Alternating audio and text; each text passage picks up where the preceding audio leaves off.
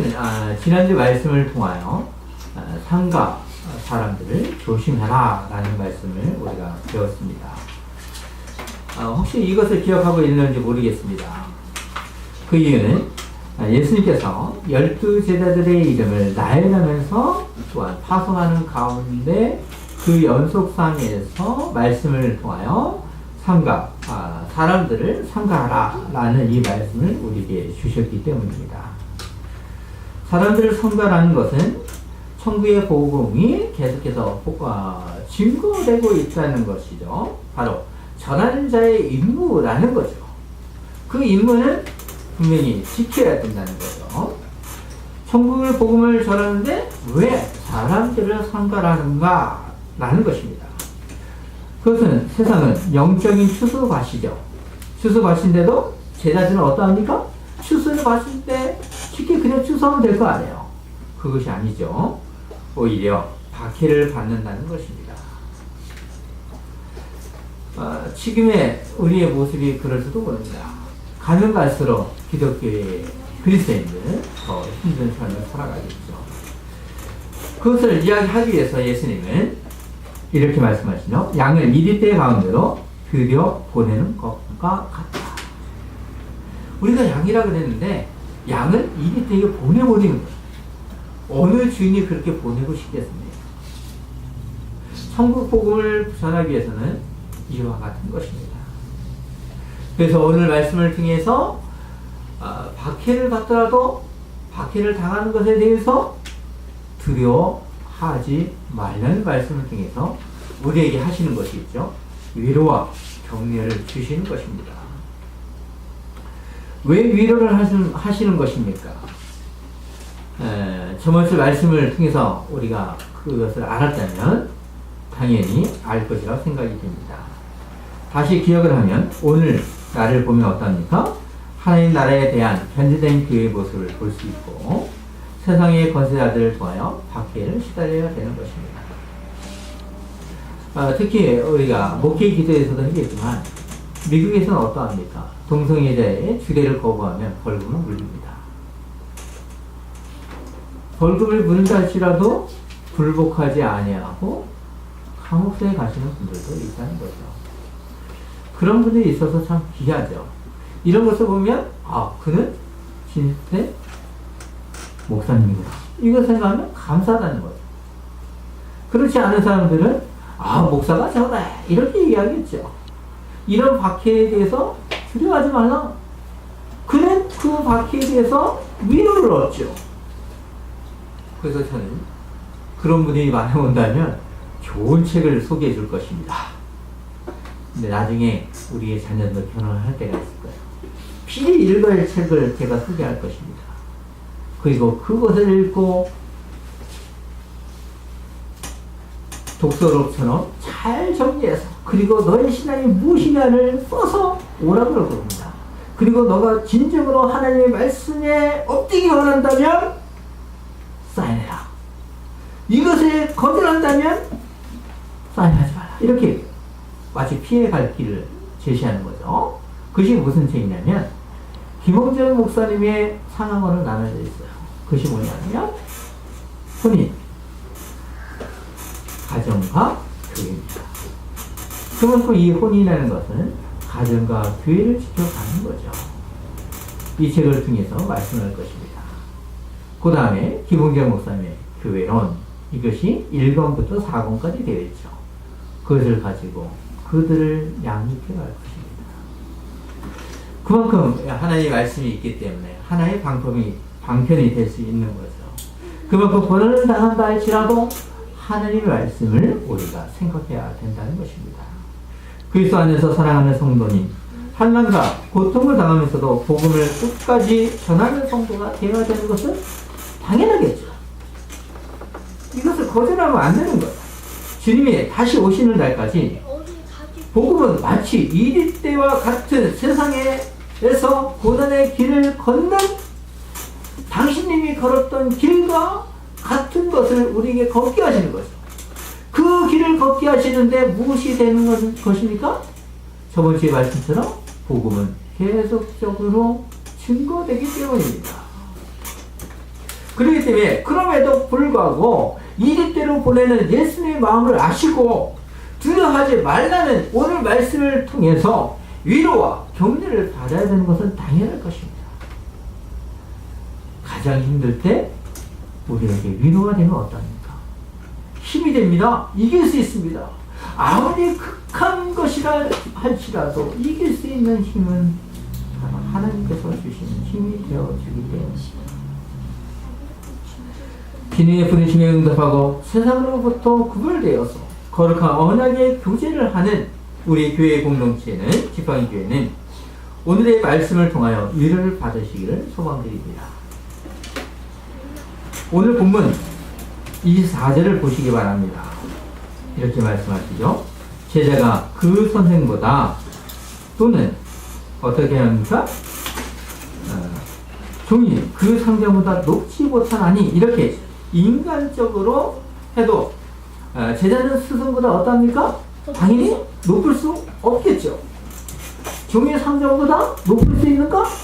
이것은 안 되겠죠. 뭐 과거에 우리나라에 보면 종이 상전보다 높다고 하면 큰일 나겠죠. 그런 데서도 잘 나타나잖아요. 노비와 결혼하면 그 사람 노비를 들라게 되는 거죠. 그야말로 이렇게 신분을 어길 수 없는 것을 만들어놨습니다. 그와 같이 종이 상전보다 높을 수 없는 것이고, 또한 제자가 선생보다 높을 수 있는가? 그럴 수 없다는 것입니다. 그렇지만 왜 예수님은 이렇게 말씀하시는 건가? 이것에 대해서 우리가 질문을 던져야 돼요. 우리가 성경을 읽었을 때 항상 생각이 드는 게 뭐냐면, 왜 예수님께서 이렇게 얘기했을까? 왜 제자는 이렇게 길을 걷고 있을까? 왜 세리는 뽕나무에 올라갔을까?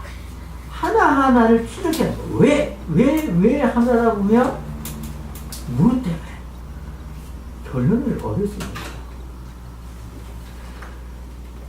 왜 예수님은 이렇게 말씀하는 것입니까? 그동안의 말씀을 통해서 우리가 9장과 10장의 연결상에서 우리가 생각해 봐야 돼요.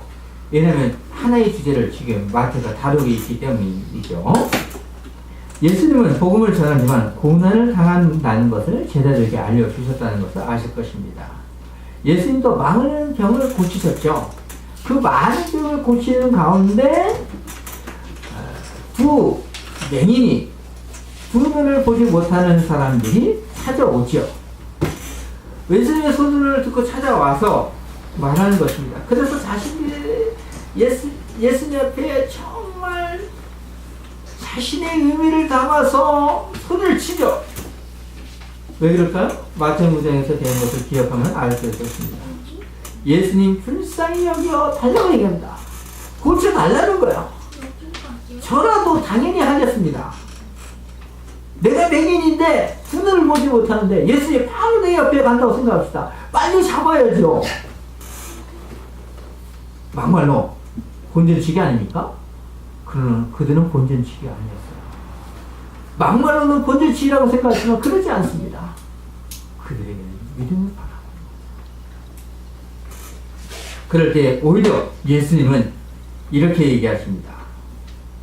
오히려 예수님은 영광의 말이 아닌 마태복음 9장 36절에서 이렇게 말씀하죠. 바리새인들은 이르시되 그가 귀신의 왕을 의지하여 귀신을 쫓아낸다 하더라. 자, 예수님의 영광스러운 행동을 본 사람들은 그렇게 얘기하지 않습니다. 어떻게 얘기해요? 귀신의 왕으로 얘기하죠. 귀신의 왕은 누구입니까? 바로 마귀의 역사를 간주하고 있는 것입니다. 아니 어떻게 이렇게 놀라우신 것을 했는데 오히려 그들은 예수님을 마귀의 왕으로서 이야기합니다. 근데 마귀의 왕은 누구입니까? 어불성들이죠. 마귀잖아요. 귀신들의 왕을 바로 마귀의 왕, 바로 바알세불을 얘기하는데 나중에 나오지만 그것에 가서 예수님에게 공격을 하는 거야. 위의 이야기는 예수님은 25절에서 이제 그것에 대해서 풀이하여 주십니다. 24절에 대한 이야기죠. 또한 9장과 10장에 대한 것을 또 풀이하는데 특히 이 4절에 대한 이야기를 풀이하여 주시는 것입니다. 제자가 그 선생 같고 종이 그 상전 같으면 족하도다. 집주인을 바알세불에 하였거든 하물며 그 집 사람들이다. 이 4절에서는 제자와 선생으로 종과 상전으로 말씀하시다가 이제는 어떻습니까? 될 수 있다. 너희도 될 수 있다. 선생과 같아야 되는 것이고 너희가 종과 같지만 상전과 같이 되어야 된다 라고 얘기하는 거예요. 세상으로도 이렇게 생각할 수 없죠. 그렇지만 같아야 된다라고 제자들에게 이야기하는 것입니다. 예수님은 제자를 파송하면서 말씀하신 것으로 너희가 나와 같이 높여지려고 하는 것을 노력해야 된다는 거죠. 너희의 노력이 노력해야지므로 어떻습니까? 그것이 당연하다는 거예요. 어쩌합니까? 세상 사람들은 스승이 자기의 제자가 높아지기를 됩니까? 그러지 않습니다. 그렇지만 예수님은 나와 같이 되어야 된다는 거죠. 나와 같이 되어야 되는데 그 나와 같이 되어지는 것이 우리가 생각하는 예수를 믿으면 행복해요. 이것이 아니죠. 그래서 무엇이라 얘기합니까? 왜 그렇습니까? 천국의 복음을 위해서 제자된 삶을 살아가면서 박해를 당한 것이 나와 같은 고난에 동참하는 것이다. 아니, 제자가 스승처럼 되어야 되는데 박해를 당해야 되고 종이 상전과 같이 되는데 박해를 당해야 된다고 얘기해요. 종이 상전처럼 될 때 박해를 당하는가요? 상전을 생각해 보면 스승을 생각해 봅시다. 선생을 생각할 때 그렇습니까? 우리가 의미를 생각할 때 그러지 않아요. 오히려 박해를 될 거예요. 제자가 오히려 박해를 받겠죠. 오히려 종이 박해를 더 받겠죠. 그런데 오히려 스승이 되고 선생과 같이 되어야 되는 것이고 상전과 같이 되는데 박해를 더 받는다고 얘기를 하는 것이에요. 그래서 예수님은 요한복음 15장 20절에서 이렇게 말씀하십니다. 내가 너에게 종이 주인보다 더 크지 못하다 한 말을 기억하라. 사람들이 나를 박해하였은지 너희도 박해할 것이요 내 말을 지켰은지 너희 말도 지킬 것이다. 예수님은 당신님의 제자들이 예수님과 같이 같은 처지에 임할 것을 아시기 때문에 그것을 알려주시는 것입니다.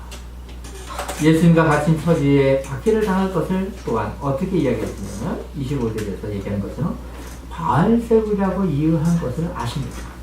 왜 바알세불이라고 얘기했을까요? 왜냐하면 이것을 얘기하는 마태복음 9장 36절에서 얘기했잖아요. 그중에 귀신의 왕이라고 얘기했는데 귀신의 왕을 얘기하는 것은 뭐냐면 귀신의 왕을 유대인들은 뭐라고 생각하냐면 바알세불이라고 얘기했어요. 그 시대가 바알세불 하면 귀신의 대표적인 왕이다 라고 생각을 한 것입니다. 바기를 지칭하는 것으로 무슨 바알세불의 뜻은 뭐냐면 집주인이에요. 근데 우리가 26절에서 설명했지만 언어적인 유의를 사용해서 오히려 가르쳐주고 있어요. 두 명인이 고치시면 어떻습니까? 귀신의 왕이라 일하는 것으로 오늘 말씀을 통해서 바알세불을 한 것은 과거에 나에게 한 것처럼 너희도 나에게 똑같이 한 것이다. 예수님에게 바알세불이라고 이야기한 것처럼 너희도 바알세불이라는 이름을 듣게 될 것이다 라는 것입니다. 너희가 나의 제자라면 나와 같이 고난에 동참하는 것이 당연한 것이다. 박해와 욕을 먹어도 이상하게 여기는 것이 아니라 오히려 복음이 더욱 증거되는 것을 너희가 알 것이다. 그러기 때문에 박해를 두려워하지 말라 라는 것입니다.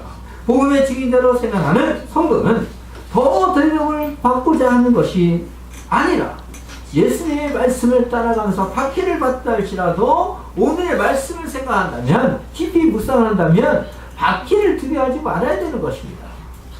마지막 때가 오면 올수록 이것은 더할 것입니다. 당연히 더하죠. 세상도 더해지는데 뭘 더해집니까? 어디나이지 있어서 좀 그런데 사람을 사람답게 하지 못하는 거죠. 사람을 사람답게 가장 못하는 것이 무엇입니까? 인간으로 하지 못할 십계명 중에 그 부분을 천국의 복음을 전하면서 예수님과 같이 부당 대우를 받을 것을 아시는 주님은 제자들을 향해서 볼 때 어떻겠습니까? 그들을 향해서 말씀을 하십니다. 제자들이 더욱 친밀한 관계 속에서 성숙되어질 것을 바라보는 예수님의 마음은 어떻겠습니까? 그래도 너희가 간다는 것을 믿는 것입니다. 26절에서 이렇게 말씀하십니다. 그럼 즉 그들을 두려워하지 말라. 감추인 것이 드러나지 않을 것이 없고 숨은 것이 알려지지 않을 것이 없느니라. 예수님의 제자들의 길을 아시기 때문에, 그리고 오늘날 시대의 성도의 신앙생활을 어떻게 걸을 것을 알고 계시기 때문에 어떠합니까? 바알세불로 불리는 당신님처럼 너희도 집주인의 운명처럼 두려워하지 말라는 거죠. 집주인의 운명이 뭐죠? 바알세의 이름이 집주인이잖아요. 근데 예수님은 본인이 집주인이라고 얘기를 하는 거예요. 집주인의 운명이 무엇이냐? 세상에서 바알세불로 욕을 보는 것처럼 너희도 집주인의 운명처럼, 예수님, 당신님처럼 당할 것이다. 너희도 나처럼 이렇게 당할 것이라는 것을 알려주는 것입니다. 예수님 같이 언어적인 유의를 사용하는 거죠. 여러분에게 계속 욕한다고 생각합시다. 마귀의 대장, 마귀의 왕, 귀신의 왕, 이렇게 계속 얘기한다고 했잖아요. 그렇다면 한 번쯤은 구멍이 나가겠죠. 그런데도 주님은 그것을 두려워하지 말라는 것입니다. 예수님은 바퀴를 두려워하지 말라고 하면서 이런 단어를 쓰고 있어요. 드러나다 라는 단어를 사용하고 있습니다. 왜? 드러나다는 왜 동사를 사용했을까? 이것을 한번 의문을 던져봅시다. 그냥 드러나다 하면 뭐 드러날 수 있지 이렇게 생각할 수 있지만, 우리가 원어적인 측면을 들어가면 이 동사, 그러니까 여러분이 원어를 볼 때 그때 전태부 목사님 중에서도 배울 수 있겠지만, 무엇이 가장 중요하면 히브리어나 헬라어를 볼 때 가장 중요한 건 주어와 동사를 가장 중요해요. 그렇게 동사가 어떻게 사용되느냐에 따라서 그 안에 이루어지는 사건을 풀이해갈 수 있기 때문이죠. 근데 이 사건 중에서 드러나는 것은 이 동사가 말하면 신적인 수동태를 얘기를 하고 있어요. 지금 비밀로 감추었던 것이 제자들 중에서 어떻게 되냐면, 감추었던 비밀이 서서히 드러내는 게 있다는 것입니다. 제자를 통해서 드러내시는데 누가 드러내시냐? 드러내냐? 하나님이 보내신 예수 그리스도의 이름을 드러내는 거죠. 드러낼 때 더욱더 박해를 받는다는 거예요. 박해를 받는데 너희도 박해를 받지만 너희를 통해서 나를 박해하는 것이다 라는 것입니다. 바로 하나님의 작정하신 때가 되었기 때문에 제자를 통하여 그들에게 감춰졌던 비밀이, 너희가 박해를 받지만 구약에서 끊임없이 얘기했던 그 비밀이, 감춰졌던 비밀이 신적인 수동태를 통해서 지금 이루어지고 있다라는 것입니다. 하나라는 위로를 우리에게 가르쳐 주시는 것입니다. 오늘날 성도는 박해를 두려워하기보다는 더 책임감 있고 자신감 있게 자부심으로 주님이 제대로 파송하신 이유를 생각한다면 그것을 묵상하면서 주님의 위로를, 주님의 가르쳐준 고난의 길을 동참하는 주님의 이름을 한번 생각하여 보시기 바랍니다. 예수님의 가르침에 동참하는 제자는 이제 27절에서 이렇게 말씀하십니다. 내가 너에게 얻는 데서 이르는 것을 강명한 데서 말하며 너희가 기승말로 듣는 것을 집 위에서 전파하라. 지금까지 감추었던 비밀을 이제는 온 세상에 전하는 것이죠. 그동안 예수님은 자신의 때가 아니기 때문에 여러 가지의 기적을 행하신 후에는 어떠합니까? 마태복음 8장 4절 상반절에서 이렇게 말씀하시죠.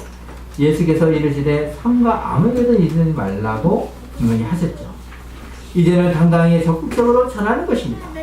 예수님의 비유와 기적을 간접적으로 그리고 우회적으로 말씀하여 주셨지만, 이제는 제자를 파송하면서 예수님의 빛이 숨기지 않으시고 환하게 비추신다는 것을 널리 전하는 거죠. 이제 당신의 고난이 시작됩니다. 여기서 알야 되죠. 지금부터 이제 더 적극적으로 예수님은 힘든 삶을 살아가는 거야. 제자들은 그것을 경험하죠. 복음을 전하면서 예수님은 바알세바를 들을 수도 있을 것입니다. 바알세바를 듣는 것을 넘어서 고난을 당하지만 더 두려워하는 분을 소개하고 있는 것입니다.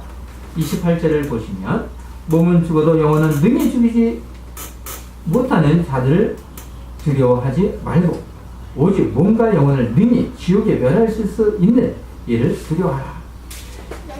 인간의 가장 두려운 것은 욕을 당해도 아닙니다. 무엇입니까? 감옥에 들어가는 것도 아니겠죠? 그 무엇도 아닌 것이지만 바로 죽음이죠. 이 죽음은 인간에게 있어서 가장 큰 고통입니다.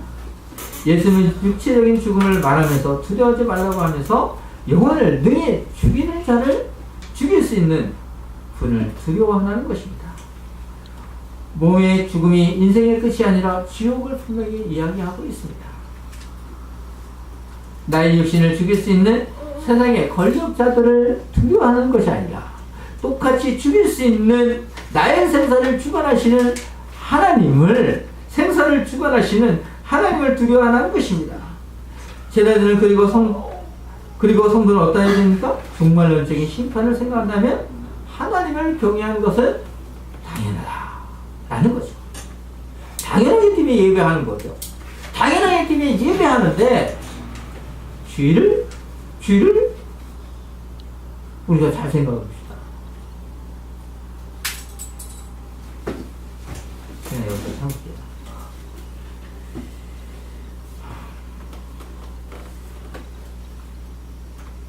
역시 하나님의 말씀은 시편의 말씀을 통해서 참게 하는 것 같습니다. 계속해서 보시면 우리가 알기 때문에 어떠합니까? 계시록 14장 7절의 말씀처럼 그가 큰 음성으로 이르되 하나님을 두려워하며 그에게 영광을 돌리라. 이는 그의 심판의 시간이 이르렀습니다. 하늘과 땅에 바다의 불들의 그늘을 만드신 이를 경배하라 라고 말씀하시죠. 그것은 바로 순종하라 라는 것입니다. 그렇기 때문에 순종할 수밖에 없어요.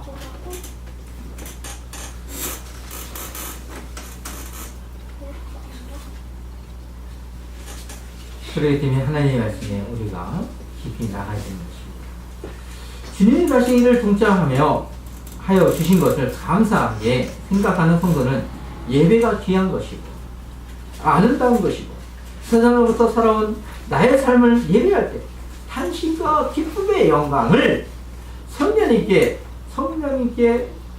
성령님을 통하여 하나님께 올려드릴 때 단지 성도는 무엇이 있어야 되는가요? 감사함만이 있어야 되는 것입니다. 집번의 교회는 고린도전서 15장 10절에 사도 바울의 고백을 우리가 생각해 봅시다. 부활장이라고 얘기하는데 한번 이 말씀을 생각해. 사도 바울이 이렇게 고백합니다. 나된 것은 하나님의 은혜로다. 그러면 하나님의 은혜가 아니면 저 많이 욕했을 것입니다. 그러나 하나님의 은혜를 생각하면 사도 바울과 같이 되기도 힘들어 죽겠는데 정말 은혜죠. 그것을 인식한다면 사도 바울의 고백을 인식한다면 교회 공동체에서 예배하는 시간도 귀하지만 세상의 삶의 시간에서도 나의 삶이 예배가 되어야 되는 것입니다. 뗄 수 없는 둘의 관계인 것입니다. 하나는 모이는 예배고 하나는 흩어지는 예배입니다. 그렇다면 그 둘의 삶은 서로 다 귀한 것입니다. 우리의 몸과 그래서 우리는 예수의 몸이 무엇입니까? 성전이라고 했습니다. 우리는 우리의 몸과 영혼으로 거룩한 산에서 들어야 할 것을 아실 것입니다. 예수님의 성전이시 우리의 몸도 예수님이 구원하신 것으로 구원하여 주심을 어떠합니까? 고린도전서 16장 19절에서 이렇게 얘기하죠. 너희 몸은 너희가 하나님께로부터 받은 바 너희 가운데 계신 성령의 전인지를 알지 못하냐. 너희는 너희 자신의 것이 아니라. 우리의 몸을 무엇이라고 얘기합니까? 성령의 전이라고 하는 거예요. 그 이유는 하나님의 임재가 있기 때문이죠. 우리가 찬송가 208장을 우리가 내 주의 나라와 그렇게 부르면서 주 계신 성전을 사랑합니다 라고 했습니다. 왜일까요? 하나님의 임재가 있는 그 성전을 사랑할 수밖에 없는가? 근데 자꾸 예배당을 성전이라고 얘기하면서 사랑하십시오, 바치십시오, 물질 있는 것에 마음이 있습니다, 이렇게 얘기하면 잘못됐다는 거예요. 명성스러운 분이 명성스럽게 이렇게 잘 얘기하더라고요. 그래서는 안 될 것입니다. 참, 그것에 많은 목회자가 모여있는 가운데, 많은 교육자가 모여있는 가운데 이 말을 한다? 참 아이러니합니다.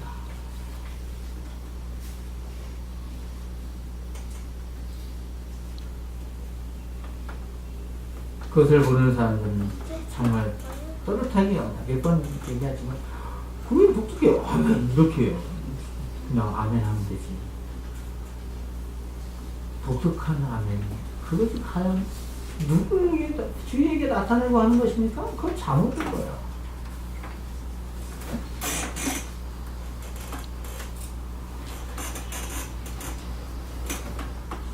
오늘 참 많이 찾는 것 같은데, 그 이유는 하나님의 임재가 분명히 예배할 때만 있는 것이 아니라 내가 구원받은 후에도 늘 하나님의 임재가 나와 있기 때문에. 예배할 때만 하나님의 임재가 있습니까? 삶에 나가서는 임재가 없어요? 성령님이 없으니까? 성령님은 예배할 때 짠하고 내 몸에 들어왔다가 예배 끝나면 감사합니다 하고 나가주시는데 그러지 않습니다. 예수님이 우리가 친구가 되어서 성령님이 우리를 위로하여 주시기 위해서 늘 함께하면서 우리의 삶에서 함께하는데, 그 성령이 저도 편지해야 되는가? 할 때 아니라는 거잖아요. 세상에서 박해를 만들어서 그 성령이 저는 박해 속에서 감당을 하고 있어요. 그렇다면 우리는 정말 안타깝잖아요. 예배 친구가 되어주시는데 왜 하나님의 임재가 일어나는 그 성전을 박해온다고 해서 우리가 더럽히게 할 수 있느냐? 결코 그렇습니다. 성령이 되는 교회를 위해서 예수님은 하나님이 제자들을 지키신다는 것을 알려주시는 것입니다. 세밀한 것까지 관심을 가지시는 것을 알려주시고 있어요. 29절을 보시기 바랍니다. 참새 2마리가 한 아사리원에 팔리지 않느냐? 그러나 너희 아버지께서 허락하지 않으시면 그 하나도 땅에 떨어지지 않으리라. 참새 1마리는 어떠합니까? 16분의 1의 데나리온입니다. 데나리온은 유대인들이 생각하면 우리나라처럼 동전으로 생각한다면, 쉽게 생각하면 뭐 이렇게 생각할 수 있겠네요. 1원 아니면 10원 이렇게 생각할 수 있겠죠. 그렇지만 아사리온이라고 얘기하는 것은 뭐냐면 로마의 동전값이죠. 로마에서 가장 작은 동전 중에 하나였다는 거죠. 그렇기 때문에 그 시대가 일반적으로 무엇이 쓰여졌다라고 했을 때에 바로 아사리온, 로마의 동전이 많이 쓰여졌겠죠. 지배를 받기 때문에. 그런 것을 생각한다면 가장 하찮은 것이라고 생각할 수 있겠죠. 그 중에서도 2마리의 참새를 위하여 하찮은 것을 강조하는 것입니다. 그만큼 참새 1마리가 16분의 1에 해당되는 동전의 값이다 라고 생각해 봅시다. 참새 2마리가 오늘날 지나면 좀 안 맞을 수 있겠지만 10원짜리 하나다 고 생각해 봅시다. 당장에 저도 가서 사요. 왜냐하면 제가 고기를 좋아하니까 참새 1마리, 2마리, 10마리 100원이면 100마리인가요? 이렇게 산다고 생각합시다. 그러면 100마리면 그래도 풍족하게 먹어요. 이걸 생각하면 그만큼 하찮다라는 것을 얘기하는 거죠. 그러면서 참새를 이어서 이제는 강범위하고 세밀한 것을 알려주시는 것입니다. 29절에서는 너희에게는 머리털까지 다 세신 바 되었다라고 얘기하는 거예요. 우리 머리에 붙은 머리털 수도 세밀한 게 많죠. 세밀한 것, 그분도 알고 계신 분이 하나님이시다. 그것을 알고 계시는 하나님이 우리를 다스리라는 것을 간섭하고 있다는 것을 알려주시는 거죠. 마치 예수님은 수학적인 질문을 하고 있는 것이에요. 그리고 작은 것을 통해서 큰 것을 알려주는 거죠. 참새와 머리털을 가지고 알려주는 건데, 단지 제자와 성도는 왜 하나님의 박해를 허용하고 있는지를 저는 알 수는 없어요. 참 어렵죠. 아마도 마귀의 올무일 것이라고 생각이 되는데, 참 어려운 문제입니다. 이 문제는. 그렇지만 두려워하지 말라고 하십니다. 31절에서 두려워하지 말라. 너희는 많은 참새보다 귀하니라. 세상의 참새도 다 없어도 너희는 귀한 것이라는 거죠. 누가 귀하다? 큰 것이 귀하다. 무엇이 귀하다? 제자들이 귀하다라는 것입니다. 작은 것들도 돌보시는 하나님께서 가장 귀한 것을 돌보시는, 너희를 돌보시는, 오늘날 시대에 우리 성도를 돌보시는 그것을 생각하면 무한 감사다라는 것입니다. 하나님 우리를 돌보신다고 하면서도 32절과 33절에서 누구든지 사람 앞에서 나를 시인하면 나도 하늘에 계신 내 아버지 앞에서 그를 시인할 것이요, 누구든지 사람 앞에서 나를 부인하면 나도 하늘에 계신 내 아버지 앞에서 그를 부인하리라. 이렇게 말씀하면서 엄중히 경고하십니다. 제자들에게 경고하시고 오늘날 우리에게도 동일하게 경고하시는 것입니다. 박해를 당하는 것도 힘든데 경고하는 것입니다. 천국의 증인자도 파송받은 제자들을 박해를 당하지만 강력히 박해를 견뎌낼 수 있는 것을 아시기 때문입니다. 제자들이 그렇게 파송을 하지만 너희가 이렇게 감당해야 된다라는 거죠. 강력히 그것을 박해를 견뎌낼 것을 알려주시는 또한 동기가 되는 거죠. 근데 이 박해가 당할 것을 알려주지 않고 박해가 온다고 생각해 봅시다. 아니 예수님이 이렇게 잘 됐는데 그는 어떨까요? 박해가 없네? 아 이것이 복음이네? 이렇게 생각할 거야. 그렇지만 박해가 나갈수록 주님의 뜻을 알지 못하면 더더더 나가겠지. 그렇지만 박해를 당할 것을 알려주시는 걸 알려면 위로하여 주시는 것입니다. 어떻게 알려주십니까? 믿음을 저버리고 두려움에 권세 있는 자들과 이웃 앞에서 예수님을 부인하면 당신도 어떻습니까? 나를 부인하겠다는 거예요. 그와 반대로 예수님을 참부인자로 시인하면 최후의 심판대 앞에서, 하나님 앞에서도 하나님 아버지 앞에서 나를 시인하여 주시겠다는 것입니다. 얼마나 감사합니까? 그래서 사도 바울은 사도행전 5장 29절에서 이렇게 말씀하십니다. 당연히 이제 사도 바울이 살았던 시대가 박해가 더욱더 가중되었던 시대였기 때문에 우리가 더 귀한 말씀이죠. 사람보다 하나님을 순종하는 것이 마땅하니라. 이 말씀은 당연히 에베소서에서 얘기를 해요. 자신의 몸이 위험에 더 처할 수 있어도 담대하게 고백을 하는 것입니다. 이것이 바로 시인하는 것입니다. 이처럼 박해를 받아 주님은 나의 믿음을 아시고 시인하여 주시는 것입니다. 사실 박해만이 아니라 세상에 외배를 당해도 따돌림을 당해도 믿음으로 승리하는 것입니다. 한때 베드로의 신앙을 보면 어떠합니까? 마태복음 22장 56절과 62절을 보시면 두려움과 수치와 무거심을 보면서 세상을 사랑한 사람입니다. 베드로 자신이 알고 있던 예수를 부인하고 어떠합니까? 모든 기회를 버린 거예요. 우리도 이 세상의 신앙생활을 할 때 과거의 베드로처럼 부인할 수도 있고 베드로의 후의 삶처럼 부인하지 아니할 수도 있을 것입니다. 또한 사도 바울처럼 예수님을 안 후에는 어떻습니까? 끝까지 오히려 하나님 앞에 순종하기를 바라는 것입니다. 사람에게 순종하랴 하나님에게 순종하랴 우리는 선택해야 되는 것입니다. 박해를 두려워하면서 세상을 선택할 것이고 박해를 두려워하면 세상을 선택하게 될 것입니다.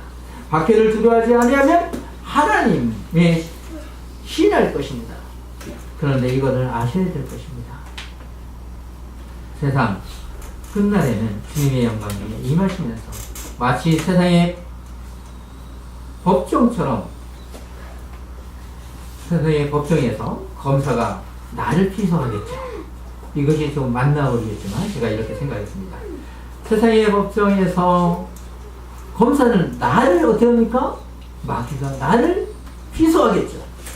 죄인이다! 라고 고소할 것입니다. 그래서 검사는 신났다. 마귀는 신났다. 이렇게 생각하겠죠. 그럴 때 변호사처럼 되어주시는 예수님께서 판사가 같은 마음으로 변호사가 되어줘서 이렇게 했겠죠. 그럴 때 판사와 같은 하나님 어떻습니까? 예수님께서 시인하여 줌으로 알려마 판사가 되어주신 하나님은 시인하여 줌으로 어떻습니까?